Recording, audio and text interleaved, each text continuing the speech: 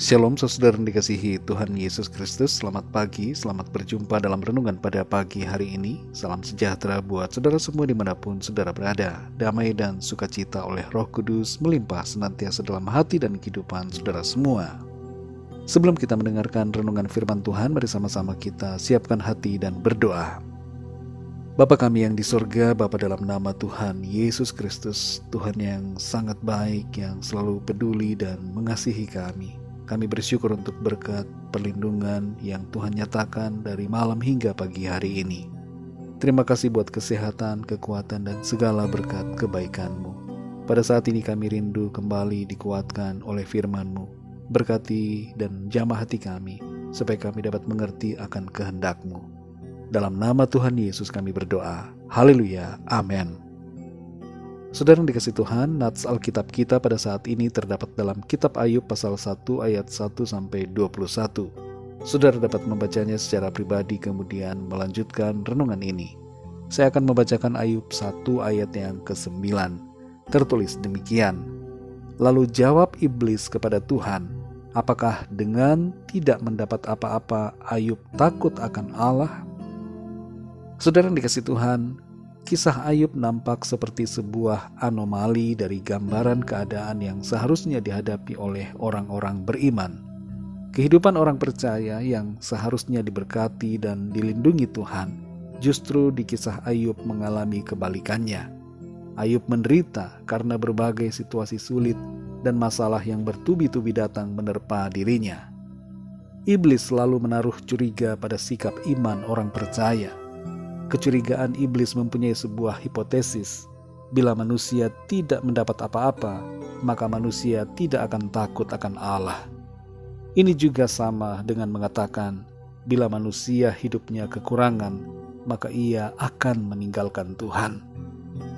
Tuhan mengizinkan iblis mencobai Ayub dalam batas-batas tertentu yang sudah ia tetapkan. Dan kita tahu bagaimana akhir cerita hidup Ayub ini. Ia mengalami pemulihan dari Tuhan karena kesetiaannya dalam iman dan ketaatan. Saudara yang dikasih Tuhan, mari kita perhatikan ayat 9 ini.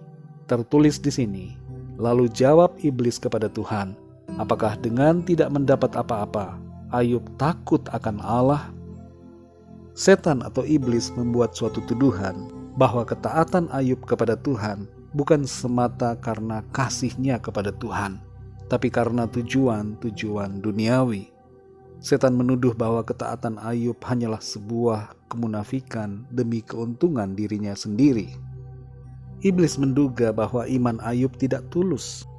Dan iblis mengira bahwa ketika Ayub tidak memiliki apa-apa, Ayub tidak akan taat lagi kepada Tuhan.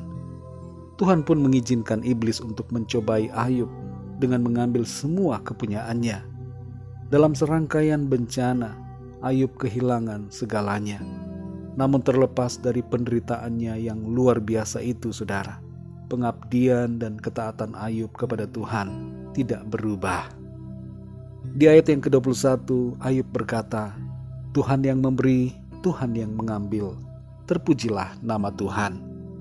Saudara yang dikasih Tuhan, pelajaran yang berharga dari kisah kehidupan Ayub buat kita semua adalah agar kita mengasihi Tuhan dalam keadaan apapun, baik dalam kelimpahan maupun dalam kekurangan, saat kita memiliki maupun saat tidak memiliki apa-apa. Iblis masih sering menuduh manusia dan mencurigai ketaatan kita. Mari kita tunjukkan kualitas kasih dan iman kita kepada Tuhan, bahwa kita beriman percaya kepadanya bukan karena tujuan lahiriah tertentu, tapi karena kasih yang tulus kepada Tuhan. Saudara yang dikasih Tuhan, saat kita mengalami kekurangan, bahkan tidak memiliki apa-apa, tetaplah mengasihi Tuhan, tetaplah muliakan namanya, tetaplah percaya, tetaplah taat. Saat semua yang kita miliki lenyap, mari tetap cinta kepada Tuhan. Tuhan sendiri telah menunjukkan kasih-Nya yang begitu luar biasa besar kepada kita dengan mengosongkan dirinya, membuat dirinya hina dengan datang sebagai manusia yang lahir dalam kesederhanaan dan ketiadaan apa-apa.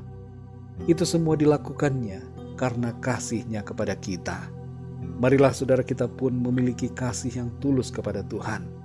Ada atau tidak ada apapun, kenyang atau lapar, kaya atau miskin, kelimpahan atau kekurangan, punya apa-apa atau tidak punya apa-apa, tetaplah mengasihi Tuhan. Akhir dari ujian yang dialami Ayub adalah Ayub terbukti sebagai pribadi yang mengasihi Tuhan dengan tulus.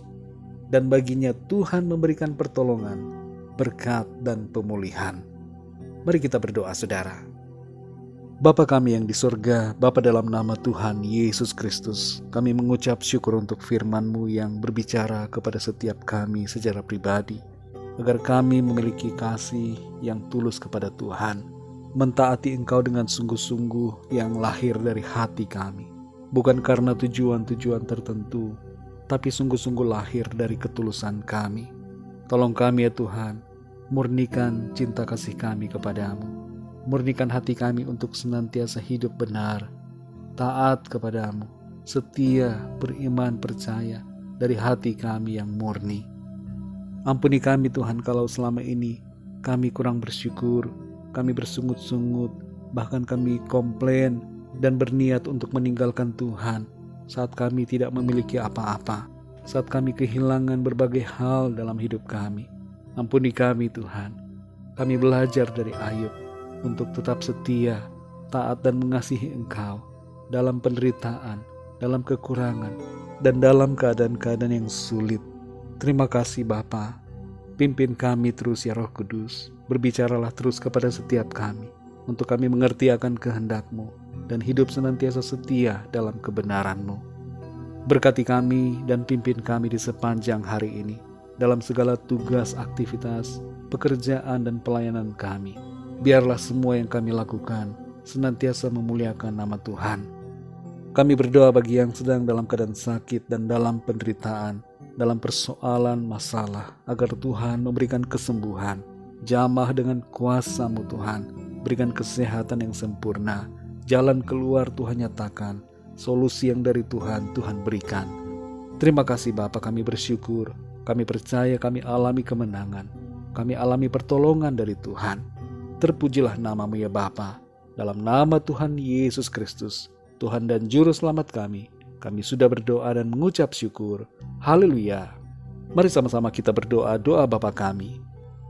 Bapa kami yang di surga, dikuduskanlah nama-Mu, datanglah kerajaan-Mu, jadilah kehendak-Mu di bumi seperti di surga.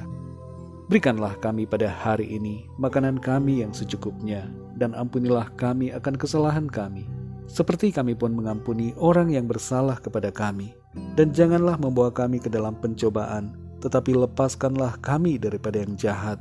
Karena Engkaulah yang mempunyai kerajaan dan kuasa dan kemuliaan sampai selama-lamanya. Amin. Terimalah berkat Tuhan. Tuhan memberkati engkau dan melindungi engkau. Tuhan menyinari engkau dengan wajah-Nya dan memberikan kasih karunia. Tuhan menghadapkan wajah-Nya kepadamu dan memberikan damai sejahtera. Berkat anugerah dari Bapa Surgawi, cinta kasih karunia dari Tuhan Yesus Kristus, dalam persekutuan dan penghiburan Roh Kudus, menyertai kita semua, sekarang ini dan sampai selama-lamanya. Dalam berkat nama Tuhan Yesus Kristus. Haleluya. Amin.